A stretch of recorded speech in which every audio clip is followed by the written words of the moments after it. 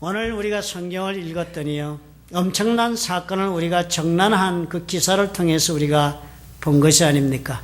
상상할 수도 없는 사건이 사실 일어난 것입니다. 예루살렘 교회에서, 그것도 수천 명의 사람이 있는 가운데에서 가장 믿음이 좋았던 사람, 가장 성령이 충만했던 사람이요, 그런 스데반이요, 산헤드린 앞에서 다른 것도 아닌 하나님의 복음을 증거한 것 때문에 순교를 당했다 하는 기사를 본 것입니다. 이해하기가 어렵습니다. 어떻게 교회에서 가장 믿음이 좋고 가장 성령이 충만한 사람이 다른 일도 아닌 하나님의 일을 했는데 돌에 맞아 죽어 그런 비명에 횡사하는 일을 당하고 맙니까? 하나님 믿지 않는 사람이 불행당한다 하면 우리가 쉽게 공감할 수 있겠습니다. 죄 짓고 살고 악하게 사니까 천벌을 받아 마땅하지. 우린 그럴 수 있겠는데, 전혀 그와는 다른 하나님을 믿어도 너무 잘 믿는 사람이, 그런데도 불구하고 왜 이런 참혹한 불행을 당하고 마는가? 설명할 수 없습니다. 해답이 없어요. 이 사단의 공격, 사탄과의 전쟁을 우리가 이해하지 않고는 도저히 우리는 설명할 수 없는 사건을 눈앞에 두고 봅니다. 예수께서 요한복음 17장 14절에 말씀하신 그대로예요. 내가 아버지의 말씀을 저희에게 주었사오며, 예수 믿는 사람들에게 예수께서 하나님의 말씀을 가르쳐 주신 거예요. 그렇게 주었기 때문에 세상이 저희를 미워하였사오니 이는 내가 세상에 속하지 아니함 같이 저희도 세상에 속하지 아니함을 인함이니이다. 그래서 스데반이 죽은 것이다 합니다. 대단히 이해할 수 없는 거요. 절대로 서로 공존할 수 없는 적대적인 관계 속에 있는 것이 예수 믿는 우리와 세상의 영적인 관계다. 우리는 결코 저기에 속하지 않는다는 거예요. 속한 진영이 다르다는 거예요. 그래서 어떻게 해요? 저쪽이 이쪽을 당연히 공격하고 멸망시키려고 덤벼드는 것은 지극히 당연하다. 예수님이 그렇게 말씀하셨어요. 그러므로 어떻게 돼요? 그 원수인 세상을 사랑하면 무슨 꼴이 되고 맙니다. 그것이 우리 성도들에게 주어진 운명이에요. 사실 이 사단의 공격이요, 우리가 전혀 진영이 다르고 원수이기 때문에 이 사단은 우리가 잘 되는 것을 극도로 싫어합니다. 우리가 잘 되는 거죠. 우리가 잘 되는 것, 사단이 볼 때는요, 하나님 믿는 것이 우리가 가장 잘 되는 거예요. 사단이 볼 때는 우리가 세상이 어떤 것보다 잘 되는 것은 사단이 볼 때 그거 잘 되는 거 아니라고 사단이 너무 잘 알고 있어요. 돈 많이 벌고 건강에 장수하고 이런 것이 사단이 볼 때는 잘 되는 게 아닌 거예요. 사단이 볼 때 가장 잘 되는 것, 사단이 제일 싫어하는 것, 그것을 우리가 예수 믿어 잘 되는 거예요. 예수 믿어 하나님 백성 되는 그것만은 죽어도 사단은 눈 뜨고 도와줄 수가 없다 해서 덤벼드는 것입니다. 무슨 방법을 사단이 써왔습니까? 보니까 첫 번째로 예수만 믿으면 외부적인 환경에 고통을 가해왔습니다. 사는 것이 막 힘들어지게 하고 어렵게 되고 사람들로부터 공격을 받아가지고 견딜 수 없게 만들어서 그냥 깨어져 나가는 환경 때문에 그만 믿어야겠다. 예수 믿고 살 수가 없다. 그렇게 포기시키고자 했습니다. 그 다음 두 번째로 사단이 시도한 것이 뭐였습니까? 죄짓게 만들어버렸습니다. 하나님 거룩하시기 때문에 하나님 나라 백성이 되려면 거룩한 삶을 살아야만 가능하기 때문에 세상의 것으로 그 육체의 욕망과 야심과 안목의 정욕을 따라서 죄짓게 만들려고 사단이 별의별 방법을 써본 것이 보였습니다. 죄짓면 더 이상 하나님 나라 백성 안 되니까요. 그러나 그것도 안 되니까 세 번째 뭐 했습니까? 구성원들 간의 분열을 조장했습니다. 하나님 나라 백성이 나 홀로 사는 것이 아니니까요. 같은 백성으로 살아야 되니까 서로가 원망하고 불평하고 미워하게 해가지고 깨어지게 만들려고 그렇게 해보았습니다.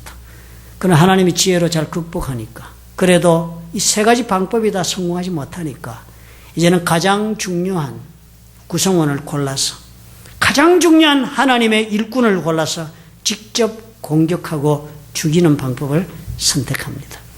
사단은 언제나 이렇게 여러분, 하나님 나라인 교회뿐만 아니라 여러분의 개인의 삶도 가정의 삶도 이렇게 사단이 공격해 온다는 거 여러분 기억하시기 바랍니다. 사단은요, 지혜가 거기가 한계예요. 예전에 쓰던 방법, 창세기서부터 지금까지 쓰는 작전이 똑같습니다. 환경을 가지고 한번 유혹해보고 도전해보고 그거 안 되면 내 스스로 내부적으로 죄지어서 무너지게 만들려고 한번 해보고, 그것도 잘 극복하면 서로가 반목해서 싸워서 깨지게 만들어보고, 그것도 아니면 직접 생명의 원천이 되는 사람을 공격해보고 그 사람을 무너뜨림으로 깨뜨려 보려고 합니다. 가정이 그렇잖아요, 여러분. 가정생활 가만히 생각해 보십시오. 결혼하여 가정을 이루어나가는 여러분들 다 이 사단의 작전을 머릿속에 기억하고 가정을 믿음 가운데 운영해 가셔야 해요. 우리 사단의 전략을 기억해야 합니다. 여러분, 믿음이 부족해서 어려움 닥치는 거 아닙니다. 여러분, 성령이 충만해서 역경에서 지금 막 허우적거리고 있는 거 결코 아니에요. 사단의 공격 때문에 그렇습니다. 신앙 가운데 서지 못하도록, 신앙 가운데 서 있지 못하여 넘어지게 하려고요. 중요한 때 개인적으로 공격해오고, 교회가 서지 못하도록 중요한 일꾼을 사단이 직접 공격합니다. 그래서 무너뜨려 보려는 사단의 최후의 방법이에요. 스데반이 이런 사단의 표적이 되었습니다. 그리고 어떻게 오늘 보니까 그러한 사단의 작전은 마침내 성공한 것처럼 보여집니다. 잡았잖아요. 일꾼을 죽여서 쓰러지게 했으니까. 그때 그 스데반이 죽은 것을 보고 모든 성도들이 막 통곡하고 울었습니다. 얼마나 큰 손실이었으면, 얼마나 큰 아픔이었으면 온 성도들이 그렇게 울었겠습니까? 좋은 일, 기쁜 일 아니었습니다. 엄청난 손실이요, 슬픔이 됐습니다. 그렇지만 그렇게 사단이 성공한 것처럼 보였지만 그 사단의 성공은 어떻게 해요? 표면적일 뿐이었습니다. 마치도 예수님께서 그렇지 않았습니까? 예수께서 십자가에 달리시고 돌아가시면 다 끝날 줄 알고 사단은 주님을 십자가에 못 박았습니다. 세상 모든 사람들, 믿음이 없는 사람들 주님 볼 때 믿음이 있는 사람들조차도 그 사건을 이해 못하고 예수께서 십자가에 실패한 줄 알았습니다. 사단의 계략에 졌다, 사단의 계략에 무너졌다, 그렇게 보였지만 그 무너진 사건이 결국 어떻게 됐습니까? 주님께서 부활하심으로 모든 상황이 뒤집어졌습니다. 판세가 뒤집어지고 말았어요. 오늘 스데반의 순교도 마찬가지입니다. 사단은 계획대로 스데반을 죽이는 일에 성공합니다. 그러나 사단은 그럼에도 불구하고 원하는 결과를 얻지는 못하고 말았습니다. 한 사람 중년 한 일꾼 한 사람 죽이고 그리고 관련자들을 죽이고 흩어버리고 그렇게 했으면 될 줄 알았지만 사단이 원하던 대로 그렇다고 해서 하나님의 나라가 무너지고 교회가 무너진 것이 아니었다 합니다. 우리 교회가 어떻게 되었습니까?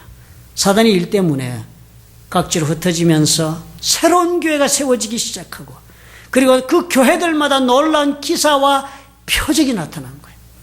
이제는 그러니까 어떻게 예루살렘 한 군데서만 그러던 것이 이제는 전국적으로 전 우주적으로 지금 세계적으로 펼쳐나가서 전국 각지에서 온 세상 로마 제국 온 곳곳에서 불똥이 번져나가서 새불이 일어나는 현상이 시작이 된 것입니다. 사단이 이제는 어떻게 해요? 도저히 어쩔 수 없는 지경까지 번지고 말아서 사단의 실패가 이제 눈앞에 보이지 않습니까? 우리가 이것을 통해서 볼 수 있어야 합니다. 우리는 이것을 보면서 역사를 보면서도 이해해야 하는 거예요. 우리가 신앙생활을 하는 것 가지고 우리가 영적 전쟁 속에 나는 군사가 되기를 거부하시면 대단히 어렵습니다. 나는 영적 전쟁 속에 들어가 있는 예수 믿는 자로 예수님을 따르는 군사라는 의식을 가지지 않으면 우리는 결코 스데반을 이해할 수도 없고 그래서 그렇다 하지만 그런 줄 알지만 내 신앙생활에서는 해결받지 못하는 숱한 문제를 직면합니다. 미국을 보아서도 여러분 이해하실 수 있을 것입니다. 2차 대전. 2차 대전의 그 정신이 무엇 때문에 2차 대전 했습니까? 사단이 세력이 된 전쟁이었습니다. 따지고 보면 히틀러와 그 독재 정권이 세상을 지배하는 것을 저항하고 싸워서 그래서 우리 모든 인류에게 자유와 희망이 있는 세상을 보존하고 유지해 나가기 위해서 미국이 전쟁에 가담했습니다. 그래서 어떻게 되었어요? 그 전쟁 때문에 숱한 아까운 청춘들이 많이 죽었습니다. 그 사람은 죽었지만 그 다음 일어난 것은 뭐였습니까? 자유와 그리고 평화가 있는 세상이 이루어진 것입니다. 우리가 이런 것을 통해서 보면서 하나님의 역사하신 이 방법 가운데서 우리가 군사된 자로서 성경을 읽어보는 마음도 가져야 합니다. 우리가 지금 세상이 너무 좋아져서 우리는 성경을 모든 것을 개인화시켜서 해석하려는 오류를 범할 때가 많습니다. 성경은 한 사람의 개인의 축복을 위하여 쓰여진 책임에도 분명하지만, 그렇지만 이 성경은 개인의 이야기를 적은 책이 아닙니다. 개인의 살 길을 알려주기 위해 적은 책이 아니에요. 물론 그것을 가르쳐주고 있지만 성경은 하나님의 나라의 역사를 우리가 이루도록 하기 위해 주어진 책입니다. 그렇기 때문에 우리는 알아야 돼요. 2차 대전에 참여하는 미국의 젊은이가 얼마나 숭고했던가를 우리가 이해하고 인정하고, 그들에게 참으로 하나님의 은혜가 충만하고 그들의 삶이 천국에서 하나님의 나라에서 보상받기를 원하는 것처럼 우리 성도들이 걸어가는 길도 그래야 합니다. 내 개인의 삶, 그 가운데서 정말 더 큰 목적을 위하여, 더 높은, 더 하이어 코즈를 위하여 우리가 믿음의 길을 걸어가야 한다는 그 생각을 가지는 성도들이 수도 없이 늘어나야 하는 것입니다. 그러면 우리 스데반의 사건을 보면서 우리는 두 가지 배워나가야 합니다. 첫째로, 우리에게 닥치는 이 어려움을 통해서 하나님께서는 새로운 차원의 일을 시작하신다는 그런 기대를 하셔야 합니다. 내 삶에 다가온 이 고난이 정말 어려움 가운데 손실로 끝나지 않는다. 하나님 나라를 위하여 내가 감당하는 모든 일은 이 고난을 통해서 하나님 새로운 차원의 일을 전개하시는 시작을 만드신다. 우리가 명심해야 할 일이에요. 아무리 어려움 당해도, 그래서 망하는 것 같아도 우리가 하나님의 나라를 위해서 사는 한은요, 그 어려움 통해서 하나님께서 계획하고 계신 일, 우리를 통하여 이루고자 하신 일을 반드시 이루어내신다는 거예요. 언제나 그 판이 무너지는 것 같습니다. 스데반처럼 깨어지는 것 같고 큰일 난 것 같아요. 사람이 죽어나가서. 그렇지만 하나님은 어떻게 해요? 역전시키시는 거예요. 뒤집으시는 하나님이심을 우리가 기억해야 합니다. 사단이 던져주는 어려움 때문에 역경에 빠지고 깨어져 나가고 끝나는 것 같지만 하나님은 그 깨어져 나가는 판을 통해서 새로운 시작을, 새로운 역사의 시작을 하시는 기회로 삼으시는 것입니다. 오늘 사도행전이 그걸 보여주고 있어요. 사도행전 8장 4절에 그 흩어진 사람들이 두루다니며 복음의 말씀을 전했답니다. 흩어졌는데요. 사단은 교회를 없애버리려고 그랬어. 각 신앙인들을 흩어버렸지만, 그래서 그 믿음의 삶을 다 포기하게 하려고 했지만 그 결과는 어떻게 해요? 오히려 복음이 더 넓게 퍼지게 되고 말았다. 불길이 번지듯이 번지고 말았습니다. 하나님께서 지금 어떻게 하고 계십니까? 사단이 만들어 놓은 현실을 그대로 하나님은 이용하시는 거예요. 사단이 막 흩어놓은 가운데서 하나님께서는 새롭게 기운을 부으셔서 놀라운 일을 시작을 하고 계신 것입니다. 사단은 결코 이번에도 성공하지 못하고 맙니다. 우리는 이렇게 하나님께서 세우시는 나라나 하나님께 세우시는 삶이 이렇게 핍박을 당하고 교회나 성도들의 어려움을 당하면 복음이 더 전해지지 못하고, 그리고 축소되고 약해지고 소멸하게 될 것을 우리가 그렇게 걱정합니다. 그러나 결코 그렇지 않아요. 역사가 이 사건을 증명합니다. 이란 같은 데도 여러분 마찬가지예요. 중동이잖아요. 무슬림에서는 이 기독교, 그리스도인이 된다는 게 대단히 어렵습니다. 여러분 다 아시죠? 목숨을 걸어야 가능해요. 그런데 거기에 기독교인들이 없는 것이 결코 아닙니다. 사실 거기는 본래 그리스도인들이 살던 곳이었어요. 그런데 무슬림화 지금 된 것입니다. 이슬람화. 그 이란에요, 한 10년 전의 이야기입니다. 메디 디바지라는 목사님이 계셨어요. 이란에도 목사님이 여러 명 계십니다. 눈에 띄지 않아서 그렇지. 이 목사님이 투옥이 됐습니다. 목사들 잡아놓고 핍박하는 것은 수시로 있는 일이니까요. 그래서 감옥에 투옥이 돼가지고 10년 이상을 감옥에서 자신의 믿음 때문에 고난을 당했습니다. 이분은 어릴 때 1950년에 아주 자기 어릴 때 이슬람 교회에서 믿다가 개종한 목사님이에요. 그래서 이 개종한 목사님은 이란 당국에서 어릴 때 가진 그 신앙을 유지하고 목사가 된 목회하고 있는 분을 잡아놓고 핍박을 가하면서 자유를 줄 테니까 이제는 그만 잘못되었다는 것을 시인하고 서류에 사인하고 이슬람으로 돌아오기만 해라. 그러면 살려주겠다. 그렇지만 그 제안을 거부했습니다. 목사님. 실컷 두들겨 맞았어요. 고문도 엄청 당하고 엄청난 모욕도 당하고요. 목사님의 부인은요, 그 압박에 이기지 못해서 이슬람으로 개종합니다. 그리고서는 다른 무슬림에게 시집가는 것으로 끝내버렸습니다. 그렇지만 이 디바지 목사님과 그 자녀들은요, 끝까지 그런 고통 가운데 믿음을 지켰습니다. 이런 당국에서는 그랬습니다. 서류 사인하고 개종하는 걸 거부하니까 그 다음에 좀 다른 조건을 제시합니다. 이제는 네 정신이 조금 이상해서 이렇게 됐다고. 정신적으로 나는 지금 문제가 있고 좀 불안해서 내가 제대로 삶을 살 수 없다고 그렇게 네가 인정만 해주면 풀어주겠다 그랬어. 이 사건들이요, 서방세계에 알려지기도 어렵습니다. 폐쇄적인 사회니까.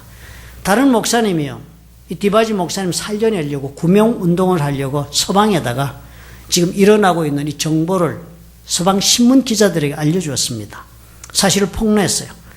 그 목사님 이름이 하이크라는 목사님이신데요. 그 폭로 기사가 난 다음에 이 하이크 목사님은 깜짝같이 사라지고 그리고 얼마 뒤에 죽은 채로 발견됐습니다. 이런 가운데 이 디바지 목사님 감옥에서 끝까지 뜻을 굽히지 않았습니다. 오래전에 이 사람도 아마 그 뒷이야기는 제가 모르지만 순교당했겠지요. 그런데요, 이런 핍박이 있은 다음에 이란에 무슨 결과가 일어난지 여러분 아십니까? 그래서 기독교가 소멸된 것이 아니었습니다. 이런 사건이 일어난 그때 1977년도에 기록으로 보면요, 그 사건 일어나기 훨씬 전 1977년도에는 이란에 4,500만이라는 인구가 있었을 때 단지 2,700명만이 복음을 믿었답니다. 복음을 믿는 성도의 숫자가 4,500만 인구 중에 2,700명, 거진 없는 거나 마찬가지였습니다. 그 2,700명 중에서도 나머지는 예전부터 기독교를 믿어온 사람이고 단지 300명만이 이슬람에서 개종한 사람들이 그리스도인이 되었다고 합니다. 그 당시에. 그런데 이런 핍박이 막 있고 나서 그 다음에 예수를 믿는 사람들의 숫자가요, 그 당시 통계로 5만 5천 명으로 늘어났다고 합니다. 이 5만 5천 명 가운데서 거진 반에 해당하는 2만 7천 명이 이슬람에서 기독교로 개종한 사람들이었다고 합니다. 핍박이 얼마나 엄청났습니까? 이란에서 핍박이라는 것은 상상할 수 없는 핍박입니다. 그런데 어떻게 해요? 성도는 놀랍게 증가했습니다. 하나님은 오늘도 사도행전 시대뿐만 아니라 오늘도 성도들이 당하고 있는 어려운 현실 가운데서 하나님이 역사하고 계신 것입니다. 교회를 섬기고 하나님 손에 쓰임받는 사람이 된다는 것은요, 곧 사탄이 던져주는 어려움을 나도 당할 수 있다는 것을 여러분 뜻합니다. 결코 안일하고 평탄한 날을 보장받을 수가 없습니다. 군대 가신 것과 똑같아요. 군대 가서 논산훈련소 훈련받고 나서 배치되고 나면 언제 전선에서 무슨 일을 당할지 모르는 삶이 되는 거예요. 그것이 성도의 길이라고 요한복음에는 예수님이 설명하고 있는 것입니다. 그렇기 때문에 그런 가운데 하나님께 쓰임받는다는 뜻은 다른 말로 하면은 하나님께 군사로 뽑힘을 받아 쓰임받는다는 거예요. 그렇게 하나님께 쓰임받는 축복이라는 것은 평탄한 삶을 산다는 보장이 아닌 것입니다. 그런 가운데 어떤 것이 돼요? 어려움 가운데서도 승리한다는 것이 하나님이 우리에게 대한 축복의 약속인 것입니다. 평탄하고 아무런 어려움도 없고 도전도 없고 그런 삶 속에서는 오히려 그렇기 때문에 어떻게 해요? 하나님이 역사하시는 은혜를 체험하기도 어렵습니다. 오히려 역경을 내가 지금 걸어가기 때문에 그 역경 가운데서 역사하시는 하나님을 만나는 것은 어떻게 해요? 훨씬 더 기회도 많고 그리고 은혜도 깊은 것입니다. 그럼 우리는 늘 그러나 그렇게 생각합니다. 좋은 말씀이다. 좋은 뜻이다. 국가를 위하여 전쟁터에 나가 그렇게 하는 것 좋은 일이다. 군인의 의무를 다하는 것, 전쟁터에서 전사하고 참으로 귀한 일을 위하여 목숨을 바쳐 말은 하지만 개인적으로는 너무 안타깝고 불행한 손실이다. 우리는 그렇게 생각합니다. 스데반 이 죽음을 통해서 하나님의 계획이 그렇게 진전됐다 하지만 개인적으로 스데반은 젊은 나이에 죽었구나. 인생을 제대로 한번 살아보지도 못하고 우리는 그렇게 생각하기 쉽습니다. 세상에 그런 일이 얼마나 많아요. 사실 하나님의 이 전체적인 그 하나님의 역사를 운영해 가시는 그림에 대한 우리가 마음에 공감이 없을 때는요, 이 문제에 대한 이해를 할 수가 없습니다. 이스라엘 여러분 역사를 읽어보시면 이와 비슷한 일이 또 드러납니다. 유다의 나라 이야기, 열왕기 상하 여러분 읽어보시면요. 유다 나라의 줄줄이 어떻게 하나님 보시기에는 악만 행하는 왕들이 줄줄이 연속이 되어서 나라가 엉망진창이 되었습니다. 간혹 성군이 나와요. 간혹 히스기야 왕 같은 사람. 그런 와중에 특별한 왕이 한 사람이 있습니다. 요시야라는 왕이에요. 어떻게 이 요시야 왕은 우여곡절 끝에 나이 8살에 목숨을 건집니다. 정변을 겪고 하는 와중에서 어떻게 왕자 하나를 건져가지고 나이 8세 그렇게 한 몇 년을 보호하다가 나이 8세가 되어서 제사장들이 이 요시야를 왕위에 올립니다. 그러고는 왕위에 오른 지 18년이 되어서 이 요시야가요, 제사장 손에 컸으니까 영적으로 잘 준비가 됐어요. 그래가지고 이 왕위에 오른 지 18년 만에 26살 때 성전을 보수시킵니다. 쇠락한 성전을 좀 고쳐야겠다. 그리고 그 성전을 보수하는 중에 성전 안에서 율법책을 발견하게 됩니다. 서기관들이. 그래서 그 율법책의 사본을 요새에 갖다 주었어요. 요새가 율법책을 읽어보고 그 내용을 읽어보니까요, 하나님의 말씀이 이랬었구나. 그래서 본인이 깊이 회개를 합니다. 그리고는 지금 우리나라가 살아가는 이 모습이 하나님 말씀에서 너무 떠났다. 그래서 우리의 삶은 고통 가운데 있을 수밖에 없다는 걸 깨닫고 온 나라 백성들에게 말씀대로 살자고 법을 내립니다. 산당을 없앱니다. 우상을 섬기는 성당을 없애고 우상 숭배를 금지합니다. 그리고 그동안 아무도 지키지 않았던 유월절도 부활시킵니다. 가장 큰 절기를 부활시키고 그리고 종교적인 부흥을 불러일으키고 그래서 나라가 다시 영적으로 서니까 하나님께서 함께 하셔서 일어서기 시작을 합니다. 그런 때였습니다. 이 요시야의 설명을 성경에서 이렇게 설명해요. 열왕기하 23장 25절에 보면 이 요시야가 어떻게 하나님 섬겼냐면 요시야와 같이 마음을 다하며 성품을 다하며 힘을 다하여 여호와를 향하여 모세의 모든 율법을 온전히 준행한 임금은 요시야 전에도 없었고 후에도 그와 같은 자가 없었더라 그랬습니다. 신명기서 6장 5절인가요, 여러분? 우리가 지난주에 살펴보았죠? 하나님을 사랑하면 어떻게 섬기라 했습니까? 마음을 다하고 성품을 다하고 온 힘을 다하여 주 너의 하나님을 사랑하라. 신명기서 말씀이.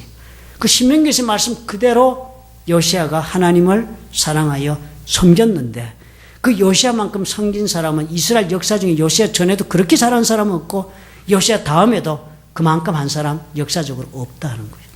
대단한 사람이지 않습니까? 국가가 일어서는 것, 새로운 힘이 솟고 이스라엘이 이제 다시 부흥하는 것 같이 보여졌습니다. 그런데 무슨 일이 발생합니까? 요시야 왕이요, 애굽 바로와 전쟁하다가 전쟁터에서 어이없게 전사하고 맙니다. 죽어버리는 거예요. 열왕기 23장 29절에 보면 그 사건을 이렇게 적습니다. 요시야 당시에 애굽 왕 바로 느고가 아수르 왕을 치고자 하여 유브라데 하수로 올라가므로 요시야 왕이 나가서 방비하더니 애굽 왕이 요시야를 무깃도에서 만나 본 후에 죽인지라. 사실 그 당시 여러분 역사를 조금 이해하시면 이 내용을 알 수 있습니다. 참 이상하게도 이 구절에서 아수르 왕을 치고자라고 번역한 것은 번역이 잘못되었습니다. 영어 성경을 보셔도 이 번역이 잘못된 걸 압니다. 영어 성경은 아수르 왕을 돕고자 하여 이렇게 번역되어 있습니다. 그리고 또 원어를 봐도 그렇습니다. 아수르 왕을 치고자가 아니라 돕고자 하여 도우기 위해서. 그 당시에요, 여러분 지도를 보시면 팔레스타인이 있고 그 밑에 뭐가 있습니까? 이집트, 애굽이 있습니다. 그죠? 애굽이 남쪽의 강대국이고 거기에 팔레스타인이 있고 이스라엘이라는 나라 예루살렘을 중심으로 있었습니다. 그리고 그 북쪽, 사실은 동북쪽에 해당하지만 북쪽에 보면 아수르라는 그 당시 세계 강국이 있었습니다. 그러니까 이스라엘은요, 북쪽에 있는 아수르와 애굽 사이에서 끼어서 아주 고전당하고 있었습니다. 애굽에서 요구하는 조공도 때때로 바쳐야 하고요. 또 아수르는 수시로 쳐들어와서 이스라엘을 괴롭힙니다. 조공 바치라 해서 바쳐도 원하는 대로 안 바치면 또 쳐들어와 사람 잡아가고 약탈해가고 아수르가 너무너무 이스라엘을 괴롭히는 거예요.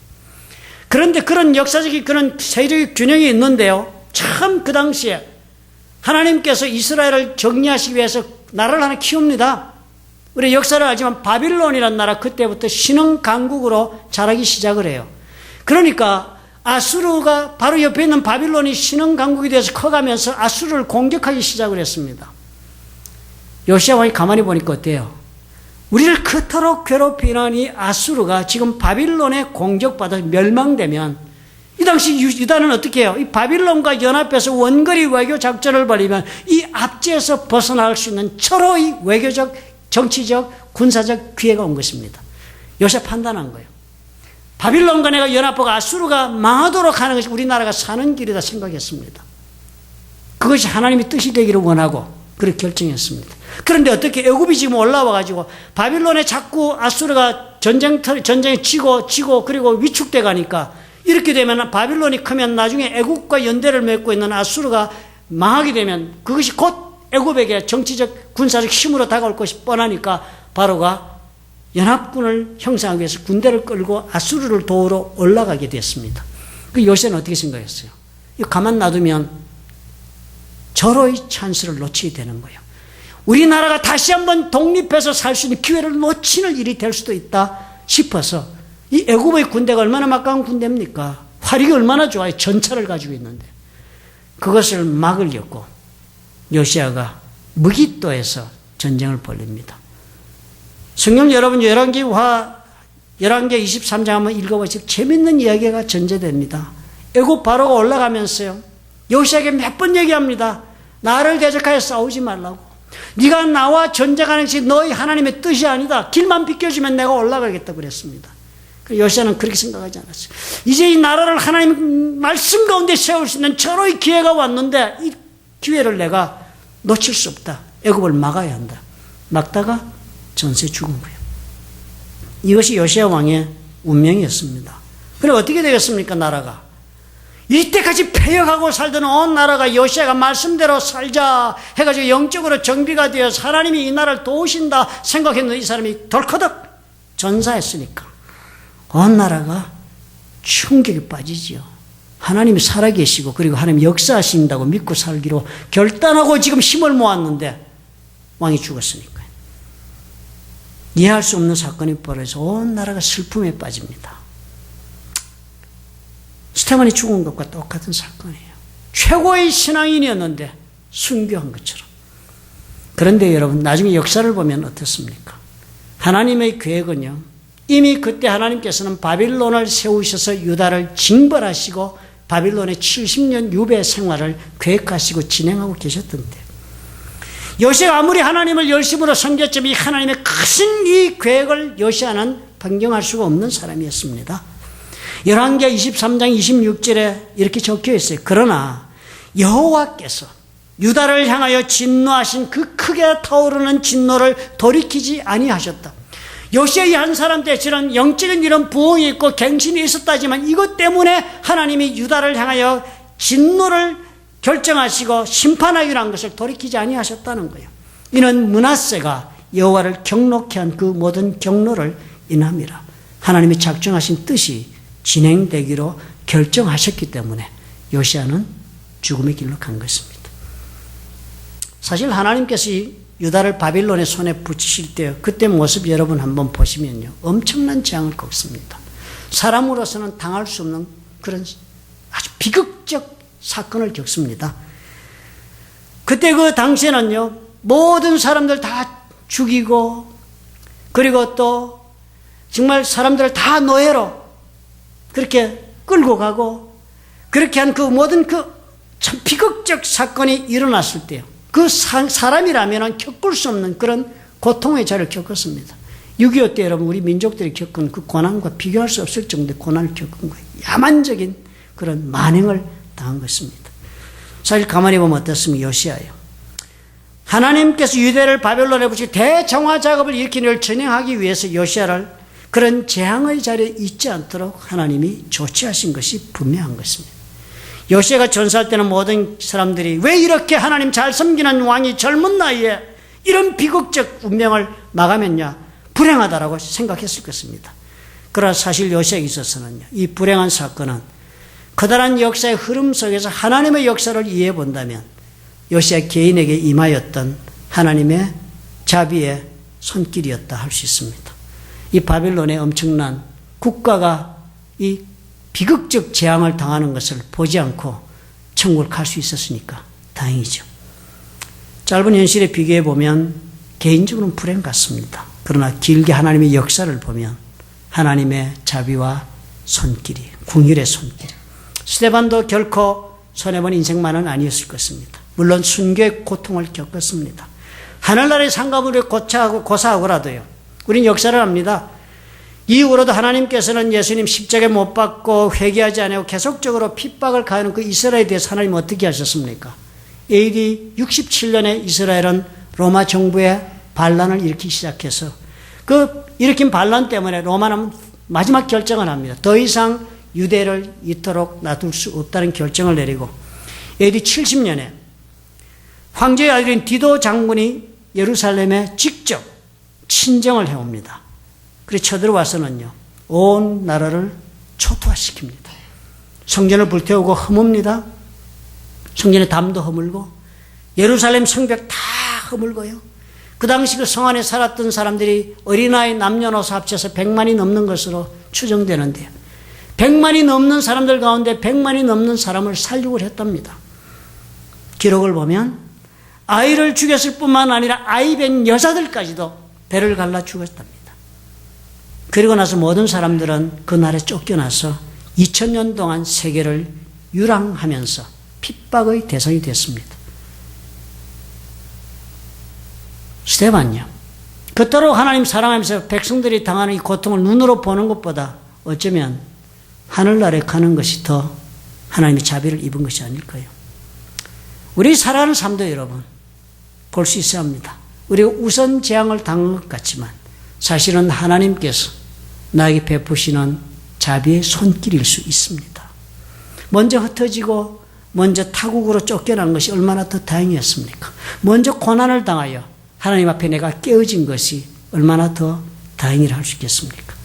우리는 하나님의 크신 역사를 보지 않기 때문에, 그리고 하나님의 크신 역사에 관심이 없기 때문에 우리는 하나님의 역사를 이해하고 수긍하지 못합니다. 결코 우리 하나님께서는 개인적으로도 손해를 보게 하실 분이 결코 아닙니다. 오늘도 우리 하나님은 자비와 긍휼의 손길이 우리와 함께하지 않으면 우리는 아무것도 아닌 것이 확실하지 않습니까? 그러므로 나에게 닥쳐오는 어려운 일들, 역경을 바라볼 때도 이런 시각으로 바라볼 수 있도록 우리가 노력해야 합니다. 이해하지 못한다고 다 모든 것이 나쁜 것이다, 내가 이해하지 못한다고 모든 것이 다 나에게 손실이다 라고 말하지 말아야 합니다. 오늘 내가 당하는 역경을 비록 내가 이해할 수 없고 누구도 설명해 줄 수 없는 일을 내가 당한다 할지라도 이 가운데에서 우리 하나님 나에게 은혜를 베푸신다, 이 가운데서도 하나님의 자비한 손길은 나와 함께 하신다 하는 것을 우리가 의심하지 말아야 한다. 지금 나에게 임한 이 고난을 통해서 하나님은 어쩌면 새로운 역사를 시작하고 있는지 누가 알겠느냐 하는 것이 우리의 믿음의 선택이 되어야 하는 것입니다. 지금 조금 빼앗긴 것이 나중에 완전히 망하는 것을 막아줍니다.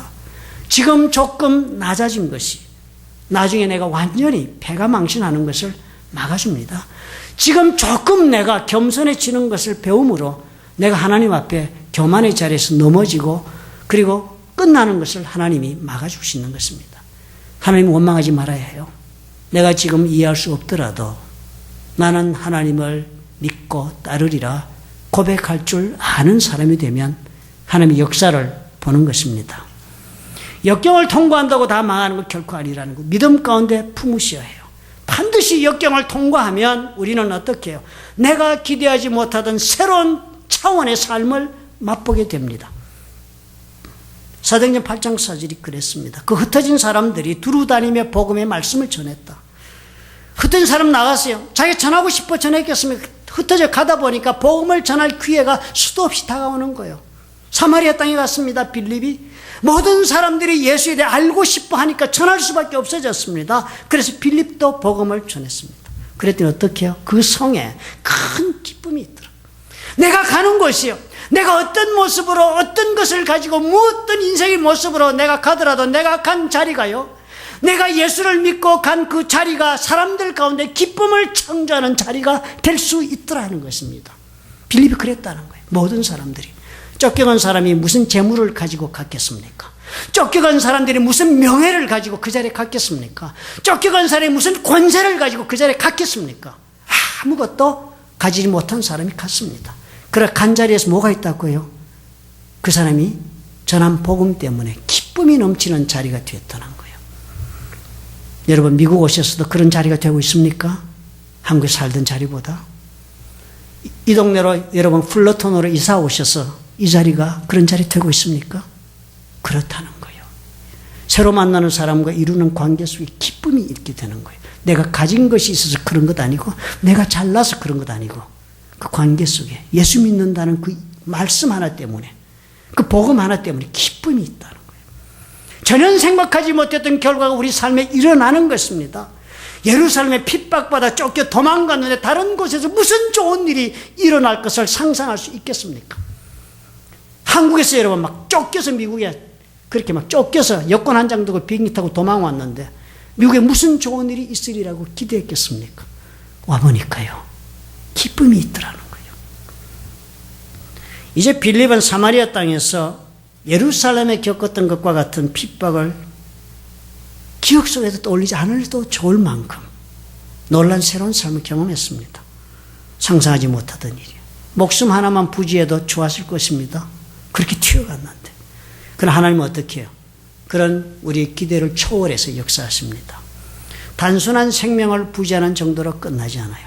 단순히 여러분 밥 먹고 사는 것으로 끝나지 않아요. 자신이 살고 있는 그 사마리아의 사람들을 복음으로 변화시키는 가운데 놀라운 기쁨이 있는 영향력이 넘치는 삶을 사는 그런 빌립처럼 역경 가운데 우리가 능력의 사람으로 쓰임받게 되는 것 여러분 기억하셔야 합니다. 역경을 통과하면 반드시 새로운 체험을 통하여 새로운 일의 새 인생의 새로운 차원의 역사가 시작된다는 걸 믿으시기 바랍니다. 어느 딸이 아버지를 찾아왔어요. 사는 것이 너무 어렵다고 시집가서 너무 고통스러운가 봐요. 문제가 하나 끝났다 하면 또 문제가 생기고 그렇다고. 아버지 이젠 지쳤어요. 사랑은 지쳤다고. 아버지 마음이 얼마나 아팠겠습니까? 딸이 와서 그러면 힘들지요. 나도 내 딸이 와가지고 보니까 야 지난번보다 얼굴이 좀 마른 것 같아. 아버지 마음이 아파요. 있는 것은 뭐든 주워서 살 좀 찌워서 보내고 싶더라. 아버지가 하소연을 한 거예요. 그 아버지 직업이 요리사였습니다. 딸을 부엌으로 데리고 갔습니다. 그리고는 불을 피우고 불 위에다가 냄비 3개를 놓았어요. 그리고 물을 부었습니다. 요리사니까 가지고 있는 재료 가운데 당근을 하나 뽑아서 한 냄비에 넣었습니다.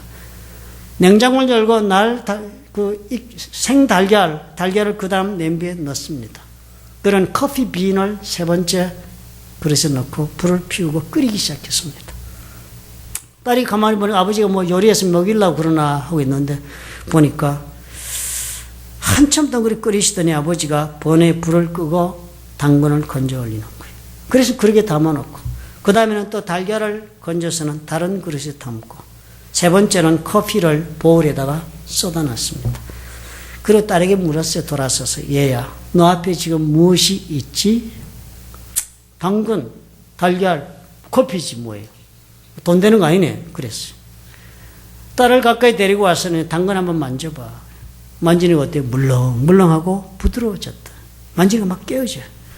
달걀을 한번 깨뜨려봐. 또 아까는 깨질까봐 걱정했던 그 달걀이 껍질을 깨어서 벗기고 그리고 그 속에 단단하게 익어있는 달걀이 되어 있는 것을 확인한 거예요.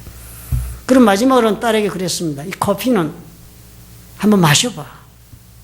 딸이 웃으면서 맛있게 맛보았습니다. 다 끝나면 돈 줄 알았겠죠. 딸이 물었어요. 아빠 무슨 말 하고 싶어서 이러세요. 아버지가 말을 시작했습니다. 3가지가 다 똑같은 역경을 겪었다. 끓는 물에 담겨졌단 말이야. 그런데 3가지 다 각각 반응한 것이 달랐다는 것이다. 당근은 강한 것이었지만 물속을 통과하는 동안에 물러지고 그리고 약해지고 말았어. 그러나 계란은 어땠냐? 달걀은 깨어지기 쉬운 껍질이었지만 그 물을 통과하면서 강해지고 단단한 것으로 변하고 말았어. 그리고 커피는 어떠냐? 커피는 그렇지만 아주 다르다. 끓는 물 속에 있는 동안의 커피는 자신의 환경, 이 물 전체를 다 바꿔버리고 말았어. 딸에게 물어보았어요. 너에게 어려움이 닥쳐올 때 너는 이 셋 중에 어느 것이 되고 싶으냐? 여러분은 어떻습니까? 여러분 역경을 안 당한 사람 누가 있습니까? 삶의 어려움이 닥쳐올 때 여러분 이 셋 중에 어느 것 되고 싶으세요? 불평하면서 저주하면서 멀리하고 헤어지면서 당근처럼 그렇게 흐물어지고 말겠습니까? 아니면 더욱더 굳은 사람이 되어서 사랑하던 것 미워하는 마음으로 그리고 또 용서하지 못하는 마음으로 저주하는 마음으로 분노의 마음으로 자신을 더욱더 단단하게 하겠습니까? 아니면 차라리 여러분의 모든 주의를 변화시켜서 나의 영향력으로 내가 영향력 발휘하고 인도하는 인생을 한번 만들어 보시겠습니까?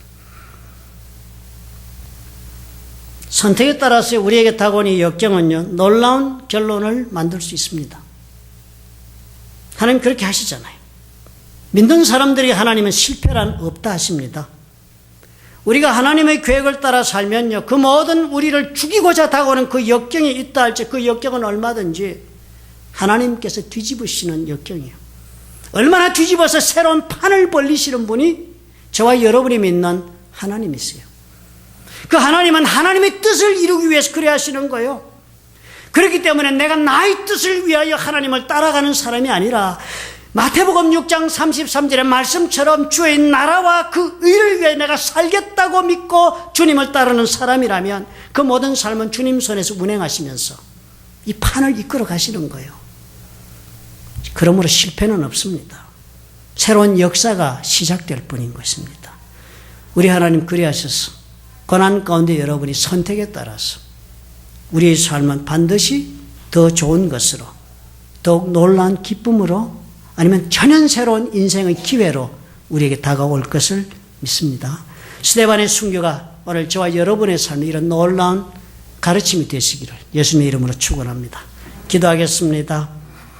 우리 이 시간에 마음에 손을 얹고 하나님 앞에 한번 기도합시다. 아픈 분은 아픈 곳에 손을 얹고 우리 주님 살아계시고 오늘 믿음 가운데 우리에게 응답하시기를 원하십니다. 너희 두세 사람이 모인 곳에는 나도 너희 가운데 있겠다고 하신 예수께서 오늘 이 자리에 함께 하십니다. 기도하겠습니다. 사랑이 많으시고 역사하시는 여호와 하나님,